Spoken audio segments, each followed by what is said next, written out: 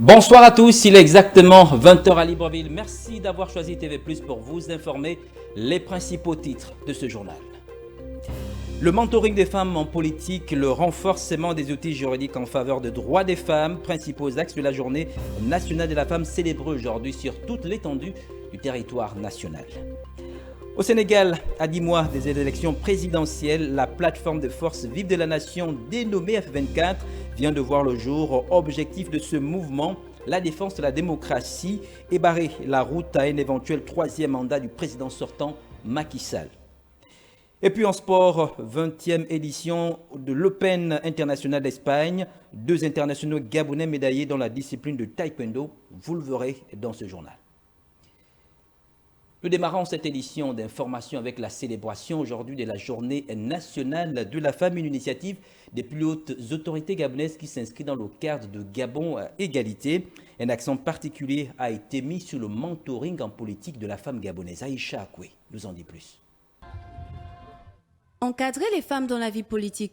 Ce matin était l'objet de cette rencontre de la Jante féminine gabonaise à l'occasion de la Journée nationale de la femme gabonaise. Cette campagne de mentorat politique est une bonne chose, notamment en 2023, pour que nous ayons davantage de femmes qui soient candidates, non seulement électrices, bien sûr, en allant se faire enrôler, mais surtout candidates, parce que nous avons un taux de 15,38% de femmes au Parlement, et c'est largement en dessous même des 30% de la loi sur les quotas. Entre ateliers de formation, stands d'exposition, nous voyons la femme gabonaise dans sa diversité.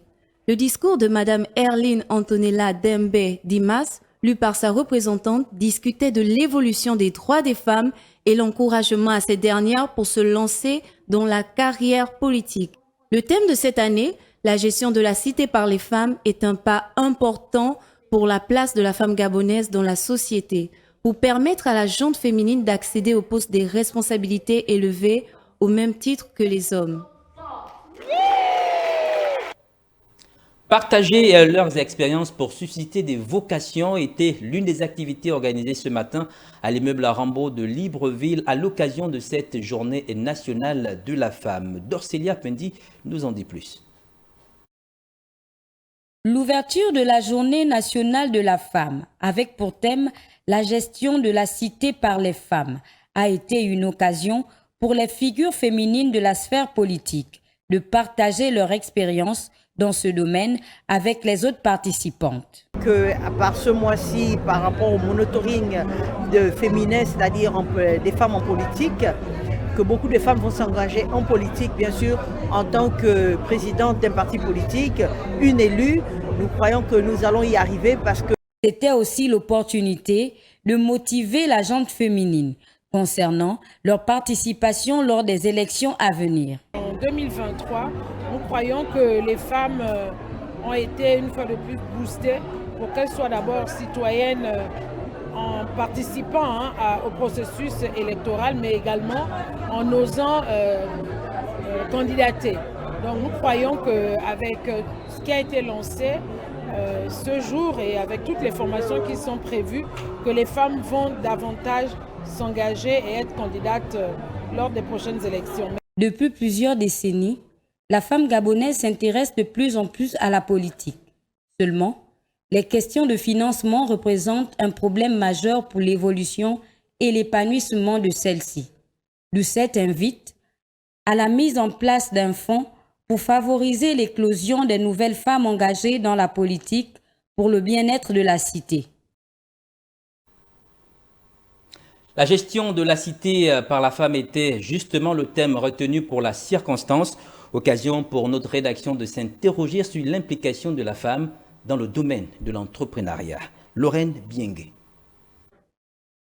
Il n'est plus surprenant aujourd'hui de rencontrer des femmes gestionnaires dans la plupart des milieux. Cependant, plusieurs défis demeurent et de nouveaux contextes de gestion font apparaître de nouvelles problématiques. C'est que en fait, la gente masculine a du mal, certains bien évidemment ont du mal à accepter notre imposition dans la société, surtout dans le domaine entrepreneurial. Donc bon, c'est des difficultés qu'on vit depuis la nuit des temps, mais aujourd'hui, personnellement moi, ces difficultés sont là. Mais qu'est-ce que je fais? Je ne percute pas ces difficultés-là.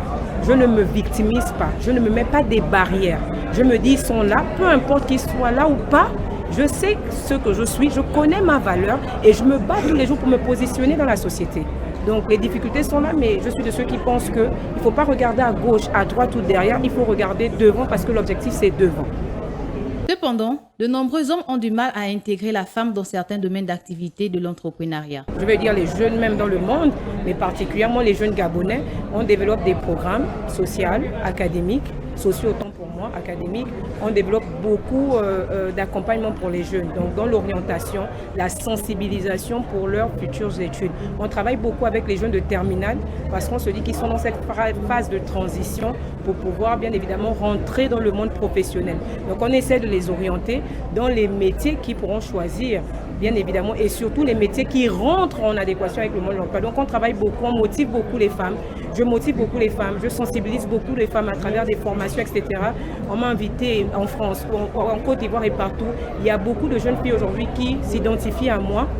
Et je donne le meilleur de moi pour pouvoir suivre, guider, orienter et vraiment être cet élément déclencheur qui peut permettre à ces jeunes femmes de développer les bâtons qui sommeillent en elles. C'est une opportunité aussi de tester et de capitaliser les compétences de la femme dans le secteur aussi nombreux que variés. Et aujourd'hui, je félicite déjà, merci de me donner l'occasion de féliciter tous mes collaboratrices, d'applaudir pour ce qu'elles donnent au quotidien. Parce qu'aujourd'hui, ça fait 3 ans et demi qu'on est sur le terrain. Mais il faut le dire, modestement, on connaît une belle ascension et on se bat nuit et jour pour que ça aille. Donc oui, elles se battent, elles donnent de leur expertise, de leur valeur, les capacités, etc. La Journée nationale de la femme est de plus en plus l'occasion de réfléchir aux progrès accomplis, d'appeler au changement et de rendre hommage aux actes de courage et de détermination de femmes. Autre temps fort de la célébration de cette journée nationale de la femme, la présentation des stands d'exposition marqués par la mise en valeur des produits locaux. Retrouvons une fois de plus Dorcelia Pendi pour plus de détails. Dotées d'une expérience pour certaines, les femmes ont été nombreuses à participer chacune selon sa spécialité à l'exposition dédiée à la valorisation de la femme gabonaise. Tout simplement que c'est une journée pleine de grâce, pleine d'émotions d'ailleurs. Je suis à ma 4e année d'exposition. Nous sommes contentes, c'est notre journée, on doit fêter. Chacune à son tour a tenu à faire voyager son auditoire en présentant les produits apprêtés pour cette occasion. Sur la table, nous avons des feuilles de manioc bio, nous avons l'épinard, nous avons les tubercules de manioc, nous avons également les boutures de manioc qui sont plantées par les membres de l'association. Vous avez là l'oseille séchée et vous avez là la farine de patate, le chocolat que vous connaissez. Et là, c'est le jus de citron de notre verger. Ça a été planté en 2018. Et là, vous aviez ce fruit-là, c'est le nyoni. Ça purifie le corps lorsque vous prenez son jus. Dans une ambiance festive et avec beaucoup d'enthousiasme, le rendez-vous a été pris pour l'année prochaine. Pour une autre journée, peut-être avec autant de réussite. La célébration de la Journée nationale de la femme était également l'occasion de mettre en avant la culture et le savoir-faire artisanal. Découvrons la création Made in Gabon avec Aïcha Akoué. C'est dans une ambiance festive que les femmes gabonaises exposent leurs produits dans des stands au ministère de l'économie ce 17 avril. La journée de la femme gabonaise valorise les qualités propres à nos origines. Entre décoration, paniers et sacs faits à la main, les savoir-faire culturels sont de mise dans une société de plus en plus urbaine. On fabrique les paniers, on fabrique les barouches, on fabrique aussi les verres, les urnes, les éventails. C'est un art qui part de génération en génération chez nous. Cette journée permet de mettre sous les projecteurs les capacités des femmes à se réinventer en fonction des besoins dans la société. Que ce soit la femme politique, l'entreprenante ou la femme passionnée de l'art artisanal, la femme gabonaise est à l'honneur. Sur un tout autre point, la Fondation Sylvia Bongo Ondimba a animé ce week-end un atelier destiné aux membres de l'association ALBA. Il était question d'aborder en toute convivialité les problématiques de l'éducation de l'enfant sous l'angle de l'égalité de genre pour ainsi lutter contre les stéréotypes basés sur le genre dès l'enfance. Priska Mugula nous en dit plus dans ce reportage. Le présent atelier de la Fondation de la Première Dame avec les membres de l'association ALBA vise à échanger, à attirer l'attention des parents sur les stéréotypes liés à l'éducation et à l'instruction des filles et des garçons.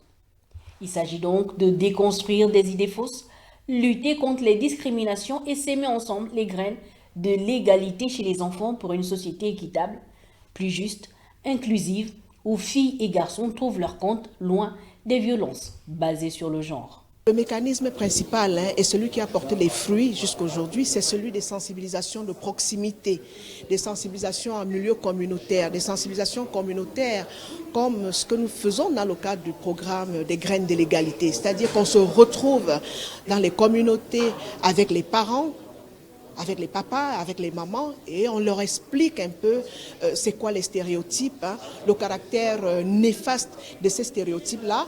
On leur montre en quoi ces stéréotypes sont un frein pour le plein épanouissement des petites filles. Et on leur montre également en quoi ces stéréotypes-là sont à l'origine de toutes les formes de violence basées sur le genre que nous observons aujourd'hui au sein de la société gabonaise. Au sein de la cellule familiale, le devoir des parents est essentiel dans l'éducation de leurs enfants en vue de garantir l'égalité de genre. C'est une très belle initiative. L'atelier a été enrichissant et puis nous espérons que tout ce qui s'est dit aussi aujourd'hui concernant l'égalité va effectivement germer de bonnes fleurs dans nos familles parce que c'est de l'éducation dont on parle et on veut faire des modèles dans la société. Les parents ne devraient pas faire une sorte de discrimination parce qu'il y a des enfants, femmes aujourd'hui qui ont bien voulu faire des métiers qui sont plus masculins mais n'ont pas pu le faire en ce sens où les parents n'étaient pas trop regardants là-dessus. Ils regardaient plus le fait que ce soit un garçon qui doit occuper tel ou tel poste ou qui doit faire telle ou telle étude. Or, nous sommes tous humains et on est tous égaux en droit et en dignité.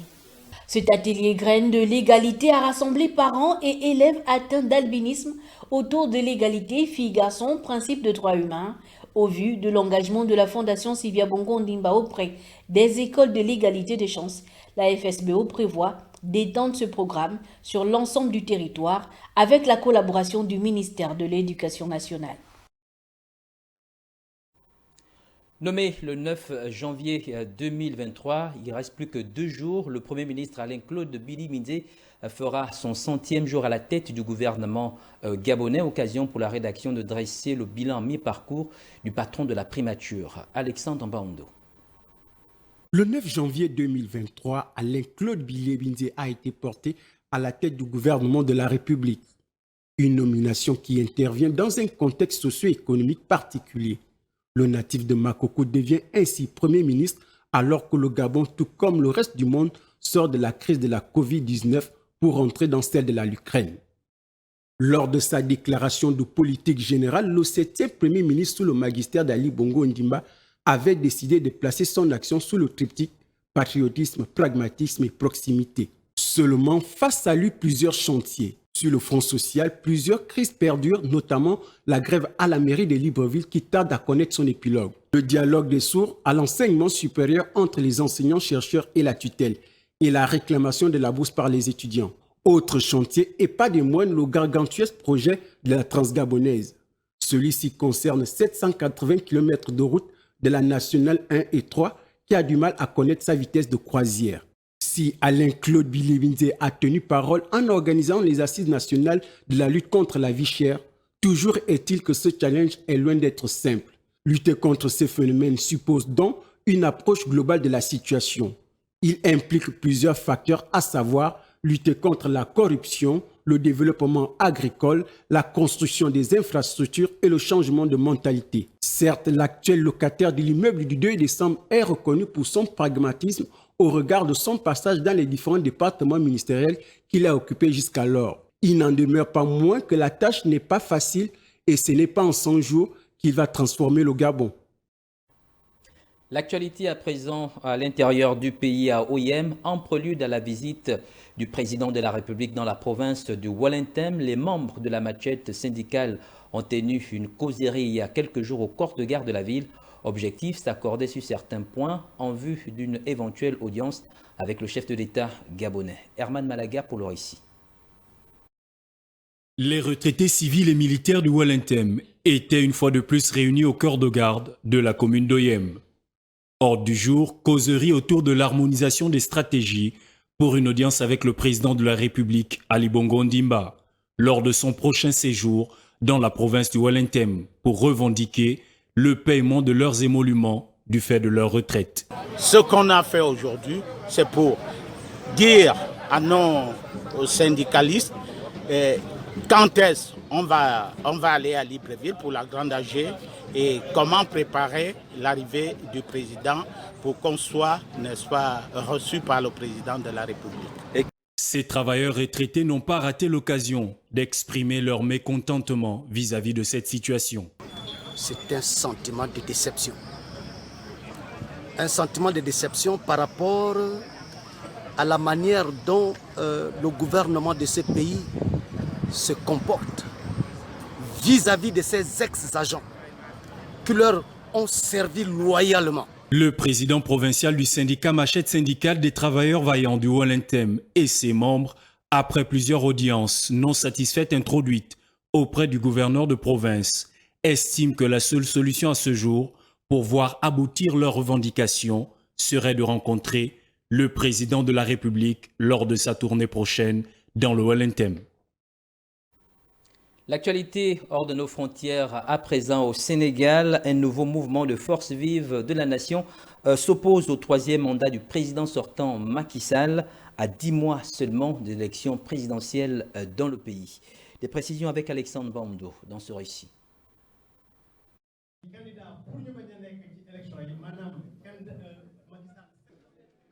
Et l'œuvre d'une co-construction aboutie et inclusive qui regroupe l'ensemble des forces vives de la nation sénégalaise.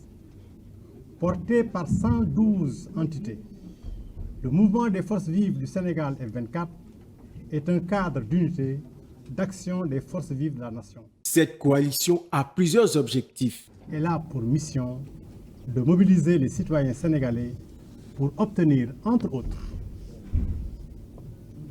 le respect par le président Macky Sall de la Constitution et de la parole donnée et son renoncement à présenter sa candidature pour un troisième mandat illégal et illégitime.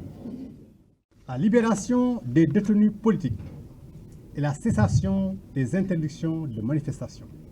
La création de conditions optimales et consensuelles d'une élection présidentielle apaisée, inclusive et transparente en 2024. Le F24 compte se dresser devant le régime en place pour s'opposer farouchement à cette tentative de confiscation du droit. Pour que cette plateforme contre un nouveau mandat de l'actuel chef de l'État sénégalais voit le jour, il a fallu à chacune des entités de faire des concessions. Voilà, d'habitude, les plateformes, c'était soit c'était la société civile, soit c'était des politiciens. Aujourd'hui, c'est tout le monde. Aujourd'hui, on a vu les leaders de l'opposition se réunir aujourd'hui sur cette plateforme.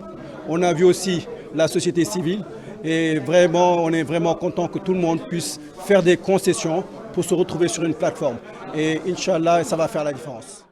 Il faut dire que Macky Sall a maintenu ouverte la question de sa candidature en faisant valoir que seuls les facteurs politiques et non constitutionnels. Au Soudan, à présent, de violents combats ont éclaté ce week-end dans plusieurs villes du pays entre les forces du général Al-Bourhan à la tête de l'armée soudanaise et celle du général Hemeti, chef d'une importante milice paramilitaire. La communauté internationale appelle à un cessez-le-feu dans le pays. Sidel Animal. Depuis des semaines, les 45 millions de Soudanais regardaient anxieux le fossé se creuser entre le commandant de l'armée Abdel Fattah al-Bourhan et son numéro 2, Mohamed Abdan Daglo, dit Emetti, patron des forces de soutien rapide FSR. Créé en 2013, les FSR regroupent des milliers d'anciens Janjaouides, des miliciens arabes recrutés par Omar el-Béchir pour mener sa politique de destruction au Darfour. Samedi, les deux camps se sont lancés dans une bataille et depuis, Khartoum et d'autres villes tremblent sous les tirs et les raids aériens. Les deux belligérants se renvoient la responsabilité du déclenchement des hostilités et ne cessent d'annoncer de nouvelles victoires sans qu'aucune source indépendante puisse confirmer ou infirmer. En octobre 2021, les deux généraux ont fait front commun pour évincer les civils avec lesquels ils partageaient le pouvoir depuis la chute de l'ancien président Omar el-Béchir en 2019. Un désaccord entre les deux chefs s'est rapidement fait ressentir. Selon Emetti, ce putsch a réinstauré l'ancien régime de Béchir. Pour lui, c'est un échec. Puis le conflit s'est intensifié quand il a fallu signer les conditions d'intégration de ces hommes aux troupes régulières dans le cadre de l'accord avec les civils qui devait relancer la transition démocratique. Pour les experts, cet accord a ouvert la boîte de Pandore. En laissant les militaires négocier entre eux, Kouloud Khahir, qui a fondé le centre de recherche Confluence Advisory, affirme que Emetti est passé du statut de second à celui d'égal de Bourhan. D'après Alan Boswell, en charge de la Corne de l'Afrique à l'International Crisis Group, se sentant plus autonome face à l'armée, Emetti a vu une opportunité de réaliser ses très grandes ambitions politiques.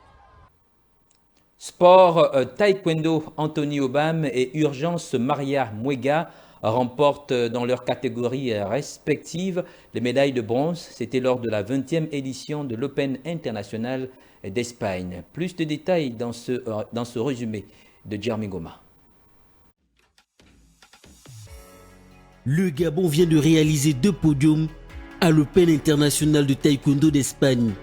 Urgence Maria Muega et Anthony Obam ont tous les deux obtenu le bronze lors de cette épreuve qui octroie 10 points de facto aux vainqueurs. Les podiums réalisés par les Panthères du Gabon viennent satisfaire un peu plus les fanatiques de taekwondo. Nos 2 ambassadeurs ont réalisé des performances intéressantes en décrochant les breloques de bronze lors de l'Open International de Taekwondo d'Espagne. Une nouvelle qui rassure lorsqu'on sait que dans un mois, ces athlètes seront du côté de Bakou en Azerbaïdjan dans le cadre des championnats du monde. Championnat dans lequel le Gabon va aligner 6 athlètes, dont 3 évoluant sur le plan local. L'ancien champion du monde et médaillé olympique en 2012 lors des Jeux de Londres, Anthony Obam a remporté son premier combat sur 2 rounds devant le poids lourd norvégien chez les plus de 87 kg, avant de faire une chute face au Nigérian Abdul Razak Issoufou Alfaga.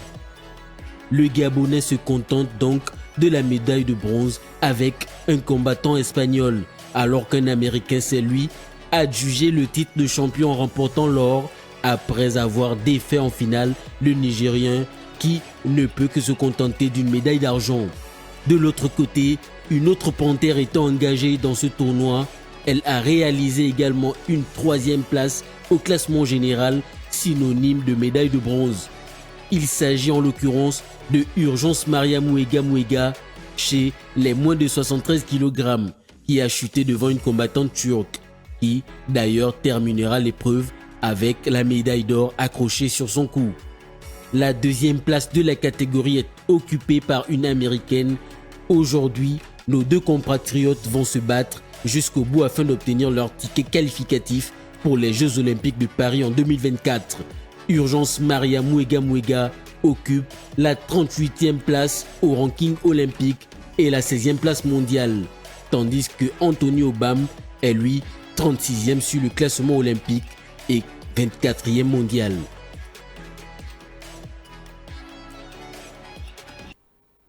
Voilà, ainsi se referme cette édition d'information préparée par l'ensemble de la rédaction. Merci d'être resté en notre compagnie. Je vous retrouve demain lorsqu'il sera 20h. Bonne suite de programme sur TV+. Prenez soin de vous. Au revoir.